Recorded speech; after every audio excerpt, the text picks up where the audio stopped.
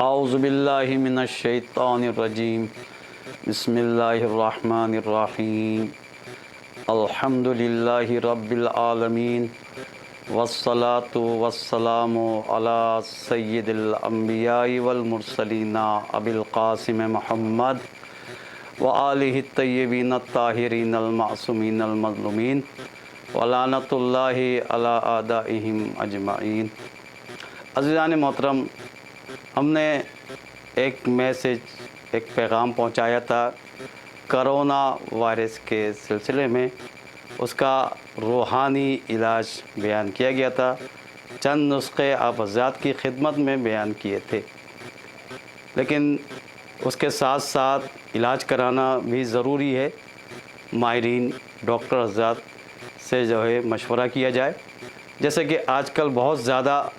لوگ خوف کا شکار ہیں، خوف زدہ ہو چکے ہیں، جبکہ ایسی یہ بیماری نہیں ہے کہ جس سے بہت زیادہ خوف زدہ ہویا جائے۔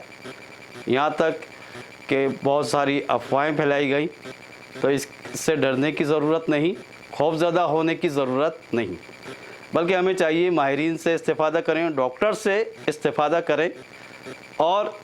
کوشش یہ کریں کہ ایسی معلومات حاصل کریں، ایک دوسرے کو شیئر کریں، بیان کریں، کہ جس سے ہم کرونا وائرس اور دوسری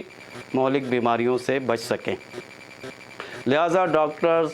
اور ماہرین بیان کرتے ہیں اس سے بچنے کا بہترین طریقہ یہ ہے کہ زیادہ سے زیادہ صاف ستھرا رہا جائے، اور ہر وقت اپنے ہاتھوں کو پانی سے دھویا جائے۔ جب بھی کسی سے ہاتھ ملائے یا کہیں باہر سے ہو کر آئے تو گھر میں آ کے اچھی طرح ہاتھوں کو دھویا جائے، اور اگر انسان اپنے گلے میں خشکی محسوس کر رہا ہے تو فوراً پانی پیا جائے، زیادہ سے زیادہ پانی کا استعمال کیا جائے، پانی پیا جائے، تاکہ انسان اس بیماری سے محفوظ رہ سکے۔ اور اگر کسی کو کھانسی آ جائے، بخار فلو ہو جائے تو ایسی صورت میں ڈاکٹر سے رجوع کیا جائے،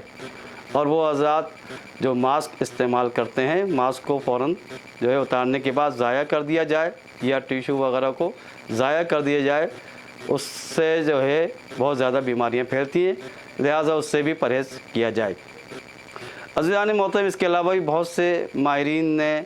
ڈاکٹرز نے علاج بتائے ہیں، اس کے بچنے کے طریقے بیان کیے ہیں کہ اگر ورزش اچھی طرح کر لی جائے کہ جس سے سانس روک کر اور پھر سانس کو بحال کیا جائے 2 یا 3 مرتبہ دن میں، تو اس سے بھی بہت زیادہ فائدہ حاصل ہوگا۔ لہٰذا کرونا وائرس کوئی ایسی بیماری نہیں ہے کہ جس کو ہو جائے وہ مر جائے، بلکہ اس میں 3% لوگ ابھی تک مرے ہیں، اور جوان حضرات زیادہ اس سے محفوظ ہیں، اور زیادہ تر ان لوگوں کو یہ بیماری لاحق ہوئی ہے، شدت اختیار کیا ہے کہ جو لوگ پہلے سے بیمار تھے یا کمزور تھے یا پھیپھڑے ان کے کمزور تھے، لیکن اس کے باوجود زیادہ سے زیادہ احتیاط کی جائے تاکہ اس بیماری سے بچا جائے۔ وآخر دعوانا ان الحمد للہ رب العالمین۔